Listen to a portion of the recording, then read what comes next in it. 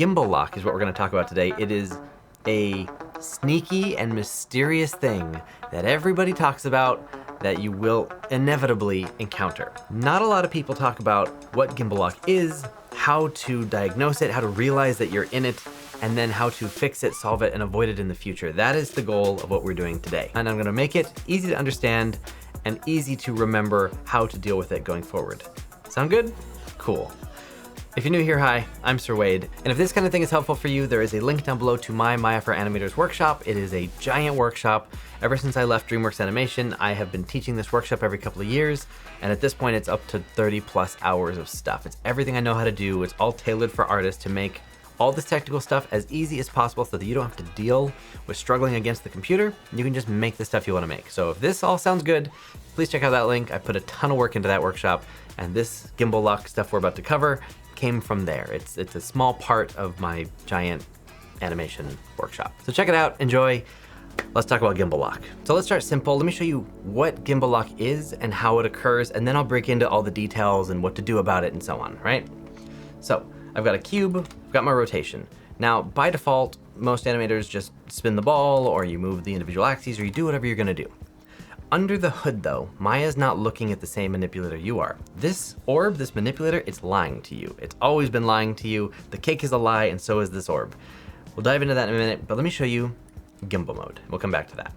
Gimbal mode just allows me to, it doesn't allow me to spin this orb at all. I can't do it. I have to move these independently, but it is a more mathematically precise way of looking at these rotations in 3D space, because the computer has to treat these as one at a time. And there is always a way for under the hood, when you're doing all your rotations and you're animating, one of these might cause the other two to line up with each other. See how by moving the Y in this particular case, I caused X and Z to overlap. Now they both kind of do the same thing. There's no longer one here vertically to go towards and away from the camera. I can't spin it, I can't do anything about it. I mean, that in a nutshell, that's Gimbal lock. I've just Gimbal locked this object. Now nothing's physically locked, like these can pass through each other. Like it doesn't hurt anything in theory, it just hurts you in your workflow. Because what happens is you are not looking at this. You're looking at whatever normal manipulator ball you have here. And let me set a key. If I take this and I go a couple keys over, I say, well, let's just move rotation in Z space in terms of like object mode. You have a big blue line here that's rotate Z. Now Gimbal does not show that. Z's over here. But if I'm in my normal view, I can just brute force and say, well, let's just move it, right? I just move the one axis. Look at the values. Look at the values in the channel box. They're doing all kinds of weird stuff with all three axes. If I go ahead and leave that, you can see that I didn't just move one axis, it moved all three. Because if I go back to Gimbal, I'm now in a completely different position. See how suddenly I have Y as a vertical thing, and then these ones are still kind of overlapping-ish over here? What has happened is, because there wasn't a mathematical way to spin it that way, it didn't work, I just told Maya, spin the thing, and it said, well, I'll figure out how to give you that pose. But it has to do all kinds of weird Gimbal math behind the scenes to make that happen. Which is why now, if I take rotation X, Y, and Z, we line them up with our object mode, and you can see which way they're supposed to point. If I take X and spin it, that one works. If I take Y and spin it, that's not quite lining up. If I take Z and spin it, that's like completely the opposite of what it's supposed to be doing. This is Gimbal lock. This is how it comes to affect you. Gimbal lock is an under the hood, behind the scenes mathematical issue with the way you've been posing your character, or with the way the rig has maybe been set up for your workflow to go. And it manifests as the viewport and the graph editor not agreeing on what you get, and therefore the computer lying to you about what the heck to do to fix your animation. If any of this sounds familiar to you, you've experienced Gimbal lock. So what a lot of people do is they end up just going one frame at a time and just hard keying the poses that they want. That's not a good solution either. So let's solve this problem, yeah? By the way, if you're enjoying this so far, please hit the thumbs up, subscribe if you haven't. Thanks. All right, so if I want to move an object in 3D space, that's pretty easy, right? I can go up, I can go forward, I can go sideways. Cool. Now, if I just spin the object a little bit, you'll be able to see that the way that I have my Maya set up is I have the up arrow now points upwards of the object, right? It's the objects up, the objects left, the objects right. It's a little bit now skewed from the regular world, from the grid. You can see the grid represents my world in the world space. And I can do that. I can switch my translation to match up, forward and right perfectly along the grid, right? So I can have this just go floating straight up. Or I can switch it to go up where the object considers up, right? These are just different transformation spaces. I'm not doing anything in Maya differently. And I'll show you how I did that in a second. But if I'm in world space and it just goes straight up and down in the world, if you look at my channel box, it's just doing Y. It's just going straight up and down. Because I can go up and I can go sideways, I can do whatever I want. But if I switch it to object space and then I go up, you can see that it's messing with X, Y, and Z. Because this object is all skewed and it flies that way, it's like floating through space diagonally and upwards, right? So even though I can choose to just move the up arrow, it's still moving it through space using X, Y, and Z. Following me so far? So this little menu that I'm pulling up, which by the way, I'm pulling this up to switch between object space and world space, just like this. It's a little bit buggy, so sometimes you'll see the arrows on both or just one. It's kind of weird. But how I'm doing this is I'm holding down W and left click. So I hold down W, hold down left click, and when I release my mouse, hold down left click and then release, it switches. And then you can release W afterwards. So that is how I'm switching between world and object space. And if I had this with a character, you can see that I might move his arm through space with world space, but if I want to extend his arm, I might use object space to just go and pull it forward in context of the arm. So it's your convenience. But now same thing, if I hit E and go to rotation, I can go to world rotation, which means I can spin this sideways and I can move this all around, and this manipulator doesn't move. That manipulator never changes. No matter what I do, it just stays there. Because the world isn't rotating, it's always got these same axes, so I can just spin it. If I switch that to object rotation, I'm holding E now, so if I hold E and left click and drag, if I switch that to object space rotation, if I spin this, now you can see that it spins with the object. And no matter what I do, all three of these axes will stay separate from each other. They will all stay perfectly aligned with whatever that cube is pointing. And technically we also have this last one on the outside. This is just like a screen space rotation. It's just rotating from exactly where you are on screen, your camera-based rotation. But this is the thing that is lying to you, because this isn't really what's happening under the hood. This is, again, for your convenience. World space, object space, it's just there for you to have an easier time to spin the object the way you want to spin it. But if I switch it one more time to gimbal mode, you can see that they're a little bit off. Like this one's kind of pointing in different directions, and you can see what happens here is these ones actually move now. They don't all just stay oriented the way they were. They're more customizable, for better or for worse. So it's important that you knew that, because really what's happening behind the scenes here is the gimbal. A gimbal, in this case, is 3 interlocking rings where each one represents an axis of motion, X, Y, and Z. Roll, pitch, and yaw, or whatever they are. Together they can allow you to have a 3D object be rotated any way you want. Now, there are other more complicated ways to rotate stuff with like quaternions and all this other fancy math stuff that we are not going to talk about. We're not going to touch it. What we care about is that there are 3 axes of rotation. And again, under the hood, another thing that you may not have heard much about is something called a rotation order. We don't have to understand this super well, but I need to cover it just enough so you get it. Rotation order, if I go into the attribute editor of this object, you can see that there's an option called rotate order, X, Y, Z. You can actually drop this down and change it. So if this object has an XYZ rotation order, what that means is that X is the child of Y, which is the child of Z, which means that Z is the top level and X is the bottom level and Y is kind of in the middle, right? So if I move X by itself, it's not going to be able to affect anything else. It just moves X, and you can see that that value is changing and it's doing its thing. If I change Y, it's going to affect Y, and it's going to affect its child, X. It's going to kind of come along for the ride. Now if I move Z, it's going to affect Z, and it's going to take the other 2 along for a ride, right? That is the order of which things happen here, which is the reason that if I move Y, it's going to take X over here to Z. Now there's no way to completely avoid this happening. You can change the order to be more convenient for how you're going to work in your workflow. Like maybe you need to do this all the time, this is a bad rotation order. But if you don't ever need to spin this cube on the Y-axis, then this would be fine, because if I move this, and I move this, I'm never gonna have a problem. So there's no way to never have this happen. It's just a matter of adjusting things so that you don't have to deal with it. Now, if I leave this rotated and I just grab a different one, I'll say ZXY.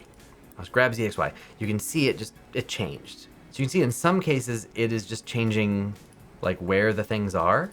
and in other cases it's totally messing up the rotation of your object. So this is not something that you can animate. This is not something that you change throughout your shot. So that's a very high level example of like what rotation orders do and how gimbals work and why these things are causing you problems. Now, let's go away from theory and let me show you with an actual character why we care and what to do about these things. Now here we've got the David rig, and something I haven't really addressed is when you are working and you're animating, is there a right or a wrong like rotation order to use? The answer is not really. It's really up to your preference. If you are an animator who really, really likes the graph editor, or you're really trying to understand the graph editor, and you want your viewport and your graph editor and your brain to all agree, and you don't mind a little bit of inconvenience, well then the gimbal mode might be the best way for you to work. Because what you see is what you get. When you work in gimbal, everything in the viewport, everything in the graph editor, and everything that you do is exactly correct because it's all math. There's no viewport, no convenience, no, well, we're gonna point it in the direction that we think you'd like it. There's none of that. But if you're an animator who likes to just take this little ball and spin it to make your poses, well then you're not gonna wanna use gimbal, because when you're in gimbal, again, you can't just spin the ball. You have to do it one channel at a time. If you animate an object or world space or whatever, you still from time to time may want to just check gimbal and take a look at what it looks like, even if you just go right back. Because here's what's gonna happen. David is a fun rig, he's a cool rig, but the problem with him is he has a bad rotation order by default. And you can change it, but here's the thing. Whenever I load up a character, one of the first things I do is I just, I move the arms down. And if you're in object space or world space or whatever, that's fine. Like here I'm in object space and there's no problem. I just move his arms down. But if I switch to gimbal lock, I am immediately met with locked gimbals. I'm already in gimbal lock. Anything I do from here is gonna potentially cause me issues. Because watch, if I take this arm and I rotate it down, which I'm gonna do, those immediately lock up. Now, if I use his X rotation to move his arm up, and I wanna move his arm out, I can use this one, and now I might be okay, right? I've unlocked it. That may have been fine, because it locked and it unlocked, and there's only one way to know, and that's to hit play and see if it does anything weird. But if I come back here, and instead of using X, I use Z, and I move it up, I don't have a control to make his arms come out. There's not a thing for that. So at this point, I'm aware there's a gimbal lock issue, and I know I need to adjust my rotation orders. But again, most people will never know that that's what happened. So let's do an experiment. I'm gonna take his arm, I'm going to key it here, go 10 frames down, I'm gonna move it down. We know we're gimbal locked, and I can go and I can check, yep, gimbal locked, all right, fine.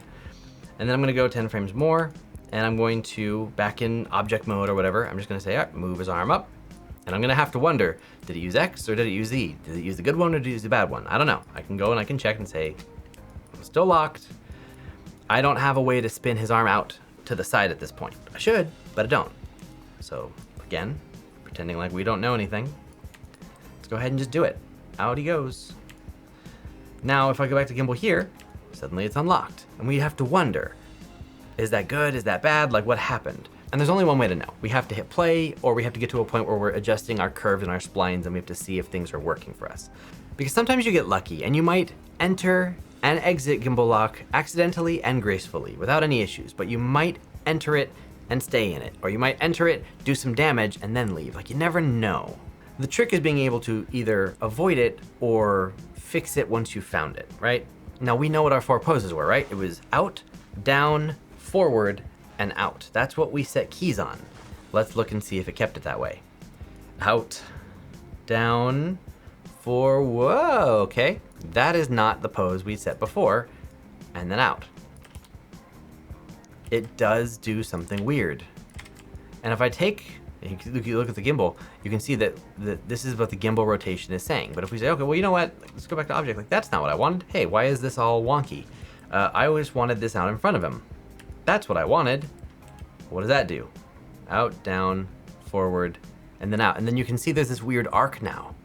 So even by brute forcing it, you can see there's some weird things starting to happen. So hopefully this is giving you a good idea of how gimbal lock shows up in your work. I don't have a great example to like look at my full animation with gimbal lock, because I don't want to animate a whole shot knowing I'm gonna get gimbal lock. It's just gonna be a nightmare. So even if that'd be a cool YouTube example, I don't want to be unhappy. So hopefully this is, ringing some bells and making you go, oh, yep, I remember this, I've dealt with this. Because ultimately with this rig in this situation, the problem is that when I move his arm down, I get gimbal lock, and that's what's causing my issues. So let's just forget all the problems and let's see how to fix it. because you should be able to take a character's arms and move them down to a very natural position and not have them lock up. In my opinion, that's not okay. So what we need to do is go to the attribute editor, Control A, and you might need to switch to a different tab here. You need to find the one that's got the transform matrix. And you can see the rotation order of this particular rig is ZYX, meaning that if I move Z, it doesn't affect any of the other two. Y is the one that moves Z, and then X moves all three. Now you can just do some trial and error to see which one you like. You know, switch these down and then start moving it around and see what you like. That can be really tricky because you can't really account for all the motions you're gonna need throughout your shot. In this particular case, YZX is what I want. For the David rig and the way he's been rigged, so again, this is not like a rule for you. This is just with this rig and the way that things are aligned and how the rig was set up. So if I switch this to YZX and then let me go back here. If I move his arm down, no problem, I don't have gimbal lock. If I move his arm up, still no gimbal lock. I can even move his arm back out, no gimbal lock. Now that doesn't mean that this is always gonna work. There is always one axis that will cause the other two to line up. But usually you want it to be something that you're not going to be doing as much. In the case of this rig, I need to be able to move his arm down. That's just like a basic motion. I can't have that locking things up. Now if I move this over, you can see that that causes gimbal lock, right? If I move it right in front of his arm, I need to be able to do that, but now I'm locked. So if this pose in front of him with like the arm like this is gimbal lock, well, there's another way to get there. I just have to move his arm down and then swing his arm up, no gimbal lock in the arm, and then in this case, to get this wrist motion, that doesn't have to be like the whole arm twisting. That's not how I get there anyway. I just twist the wrist. And that's how I would do that. That's the way that I decide whether or not a rotation order is good. If I can do a natural, anatomically correct series of motions without hitting gimbal lock, I'm happy. If something super simple causes a problem, then I want to change the rotation order so that that's not the case. So now the moment of truth, the thing that you all want to know. Now that you've seen how it works, where it comes from, how to kind of mitigate it, how do you fix gimbal lock? How do you avoid it entirely, in fact? Well, because of the whole 3-axis gimbal thing, it is impossible to not have them like allowed to overlap. That is just a 3D rotational mathematical fact that can happen. Hello from the editing room. I forgot when I was filming this to tell you one of the easiest fixes that doesn't always work, but it's the thing that you hope works.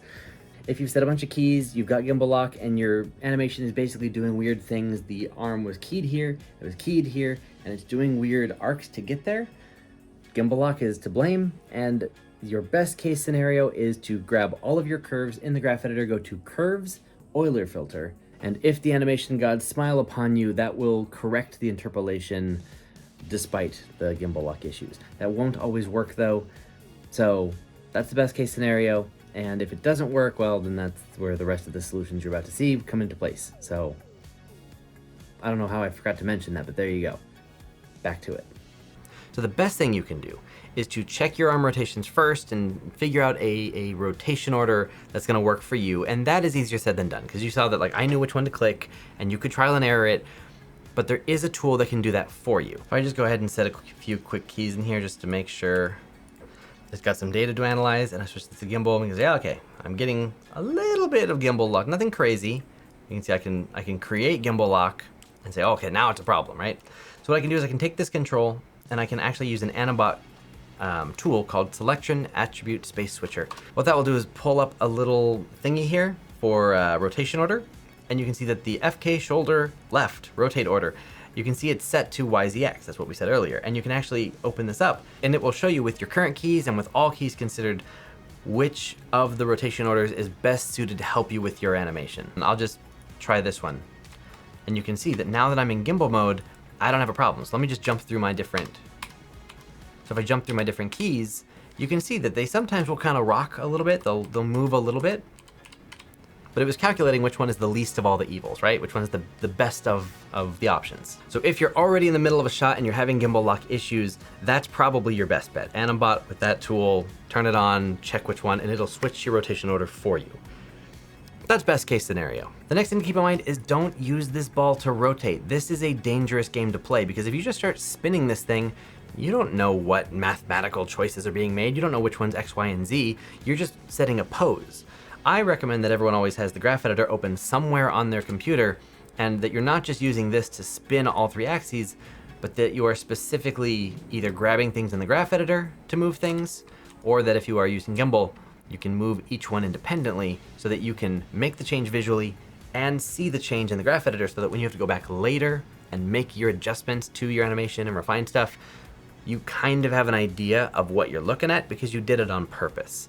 If you just spin the ball, that's just gonna keep the graph editor a big mystery for you. Also, I have a whole video on graph editor stuff if you need some help there. You're also more likely to run into Euler filter issues, which is that thing where you might over-rotate. The problem there is if you have a character who, they move into a certain pose pointing, that pose can look the exact same if the curves look like this or if the curves look like this. Because rotations happen in 360 degrees, and in the same way that a clock can be 12 noon or 12 o'clock midnight, it's the same pose, but mathematically under the hood, it's a whole nother octave of rotation, of animation. And so if you're using the rotation ball and you're constantly just spinning it, you might end up in a pose that looks good, but causes a bunch of visual issues to get there. If you have this happen, by the way, you just want to go to your graph editor, hit curves, and go down to Euler filter. That will analyze your graph editor for any big spikes in 360 degree value changes, or 180 degree value changes across 2 curves if they're gimbal locked. Maybe they're each sharing about 180 degrees to get you that 360, and they'll bring both of them down. The next option is something that I did a lot. It's just to reset your pose every time you need a new key pose. So instead of just, going around and rotating this thing for your next pose and then, okay, I wanna go from up here, I wanna point across the body. There. Instead of doing that, just say, all right, I need a new pose, I wanna have it point across the body. What I would do is I would just zero out my rotations, and I would rebuild it. And I would say, all right, whether I'm in gimbal or not, I would just say, all right, down, and I would swing the arm up, and then I'll rotate the arm. And then I'm gonna have to use the shoulder to have it actually point across his body. But to get that pose, I will not just spin the arm over here, I will think about, okay, down, forward, twist, which usually makes life a lot easier because then your graph editor is represented by those various actions. It's not just X, Y, and Z doing whatever they're doing, it's that one of them is responsible for down and up, one of them is for swinging, one of them is for twisting. That is how I treat my graph editor, and that's how I treat my posing in the viewport. And this is one that comes straight from the Maya workshop and my time at DreamWorks. You will generally end up with cleaner curves that you don't have any confusion over, less Euler filter issues, less gimbal lock issues. It didn't just have XYZ, they were called rise, swing, and twist. At the studio, in the rigs, they were designed to be used that way. The last option is offset controls. This is usually a more advanced one. Some rigs have it, some rigs don't. But sometimes you'll have a character who has, say, a hip control or an arm control that you'll do all your rotation on. And if you need to use all 3 axes of rotation and one of them is causing gimbal lock, well then they sometimes have another hidden control outside that does all the same stuff. That way you could take that one problematic control and put it there, keeping the other 2 separate from the one problematic one where you can change rotation orders and they won't really affect each other. That's a less common solution, so I won't talk much about it. You could also technically use animation layers to do that, but again, that's just adding a lot of complexity where the other things I've shared are probably better answers if you're watching this video. If you found this even remotely helpful, please give it a thumbs up so more people see it, share it with a friend, and check out my Maya workshop down below. The Maya for Animators workshop that I've created is 30+ hours of stuff like this. This is a whole section of stuff that I've tried as hard as I could to cram it into this one YouTube video, but it's a lot of information. It's very dense. And luckily you can come back and revisit it, obviously. But that's kind of the whole thing with my workshop. The whole thing's recorded. All the information I share is practical, useful advice geared towards people who need to be animating for demo reels, to get a job, for whatever it is you want to do. So if that sounds interesting, check it out below. I've worked extremely hard on it. I'm very proud of it. It will complement whatever you are doing, whatever school you're going to, very nicely. And if you're not going to a school or you can't afford to go to some program, in some cases, it may even be better. But as always, I'm Sir Wade. I hope you enjoyed this. I hope it helps, and I'll see you in the next video.